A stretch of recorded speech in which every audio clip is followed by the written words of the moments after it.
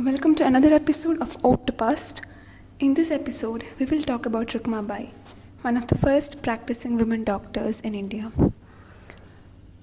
And why we're talking about her is not just because she practiced as one of the first women doctor in India, it's also because she fought a very significant case and which became very popular in India at that time. And after fighting this case, she went on to study medicine in England and came back, and then she continued her practice here. So we will get to her history a little bit.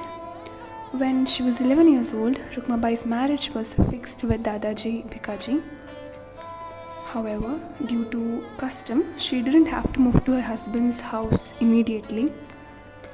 So she lived with her parents and began studying with the help of her stepfather. Rukhmabai loved to learn and study, but her husband was against it. So when she got to know about that, she refused to move into his house as per the marriage custom in 1884. Dadaji got angry and went to the Bombay High Court, asking the court to intervene in the matter. He told the court that it is a traditional custom and she is supposed to go to Dadaji's house. This case is famously known as the Dadaji versus Rukhmabai case. Initially, the court told her to either live with her husband or face imprisonment. However, Rukhmabai very strongly said that she cannot live with Dadaji and would prefer imprisonment. She was one of the first women to publicly talk about consent. She said that she cannot be forced to marry at a young age when she could not actually give consent. She wrote an article in the Times of India newspaper where she said that the wicked practice of child marriage has destroyed the happiness of her life. And this was a significant event because colonial India was hearing this argument from the side of a woman for the first time that this was against consent, that she could not give consent, and the idea of the consent was, this was the first time that such concept was being introduced during that time. And following her struggle, the judge of Bombay High Court said that it would be cruel to let a woman live with a man against her own will. And the reaction by the Indians was also really varied. Like, some of the reformers argued that the British are interfering with the Indian culture, and they blamed the education as the reason behind women actually speaking up. And however, there were some reformers who asked the government to change the law regarding child marriage.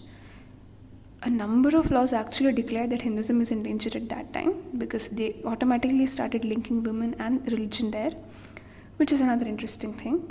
And they called Rukhmabai as a very promiscuous person. So a lot of controversy, a lot of issues were going on, a lot of scandal, slandering was going on. But eventually Dadaji accepted the compensation and the case was put to rest. However, what happened after this was the age of consent for women was raised by the British government and child marriage was banned in India. Rukhmabai, after fighting this case, went to England to complete her medical education, and when she came back, she became one of India's first practicing women doctors. She also fought against child marriage and the Parda system. She joined a hospital in Surat, declining an offer from Women's Medical Service to join a state hospital in Rajkot run for women. For 35 years, she served as the chief medical officer and retired in 1930. She passed away in 1955 at the age of 91. Rukhmabai's story has been incorporated into books like Dr. Rukhmabai and Odissi by Mohini Varde. In 2016, a movie about her life was also made, which was known as Dr. Rukhmabai, directed by Ananth Narayan Mahadevan and starring Tanishta Chatterjee as Rukhmabai. So Rukhmabai was a strong and determined woman who did not give in to the society's constraints. She completed her education and fought for her liberty, and she stood by her consent, and she stood against the institution of child marriage. With this, we come to the end of the 4th episode in our show, Ode to Past.